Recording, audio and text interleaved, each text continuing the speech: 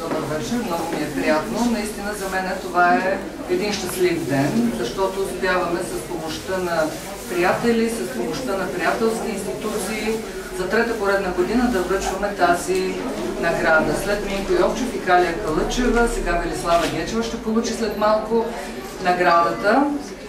Наградата се състои в следното.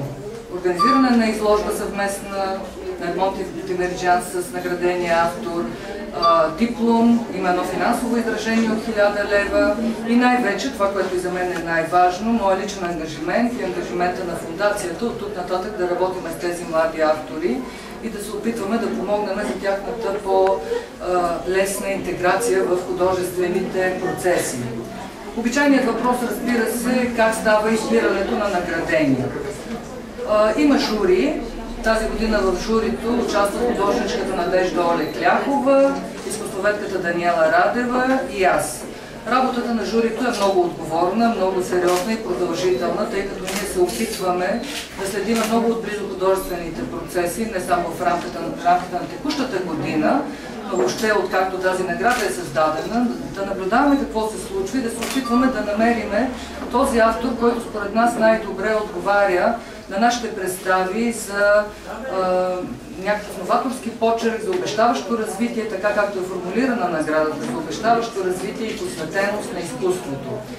За мен особено последното е много важно, тъй като всички, които познават Едмон и творчеството му, знаят колко той беше отдаден на това, което прави.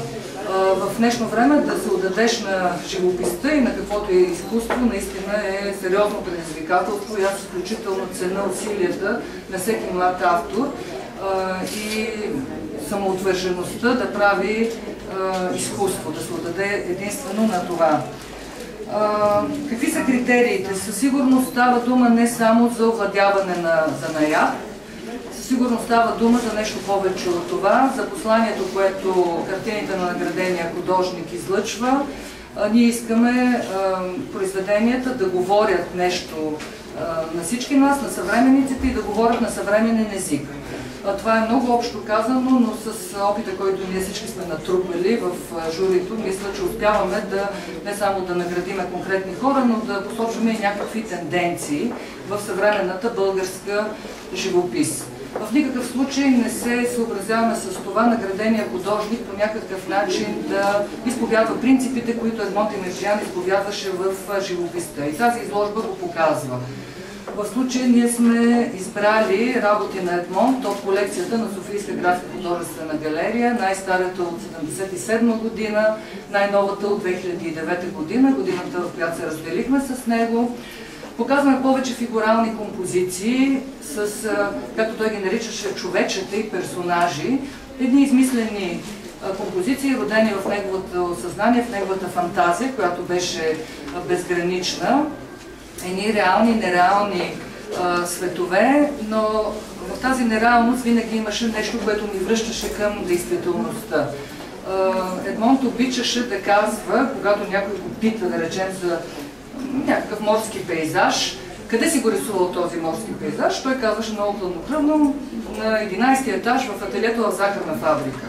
На него не му беше необходимо да застане на морския бряг или пред някакъв друг обект, за да създаде някаква картина. Всичко беше наистина в съзнанието му и в фантазиите му.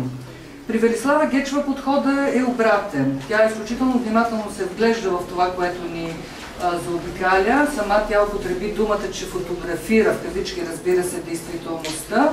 Фотографира случки, събития, хора и ситуации, не само от настоящия момент, но и историята, както виждаме в този цикъл. Но пресъздавайки го с вече нейни си изразни средства, отново тя се отблъсква от тази конкретност, от тази реалност и ни препраща в едни други, по-различни от действителните светове. И точно тук двамата автори се събират. Там, където според мен и зрител иска да попадне, когато застане пред едно произведение на изкуството, между реалността и фантазията, между измислицата и конкретиката на дена. Много се радвам, че Велислава Гечева е избрана да спечели наградата тази вечер и сега за мен идва най-приятният момент да я връча. Най-напред ще да почна с един каталог на Едмон.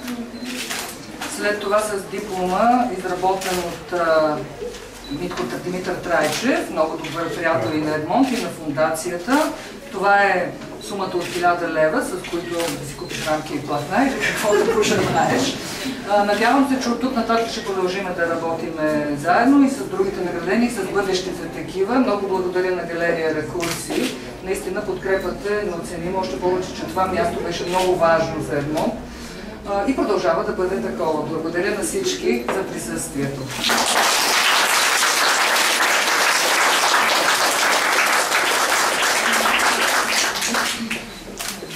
Вечер и добре дошли на всички. Радвам се, че сте намерили време да дойдете интерес на изложбата. Надявам се тя да ви достави удоволствие. Благодаря ви. Благодаря на фундация Едмонд Демерджан, която връчва тази годишната награда на мен. Благодаря на галерия Рекурси, която положи толкова усилия, старания, за да изглежда това изложбата. Се радвам да чуя вашата лична оценка, вашата оценка на моето творчество, за моето бъдещо развитие.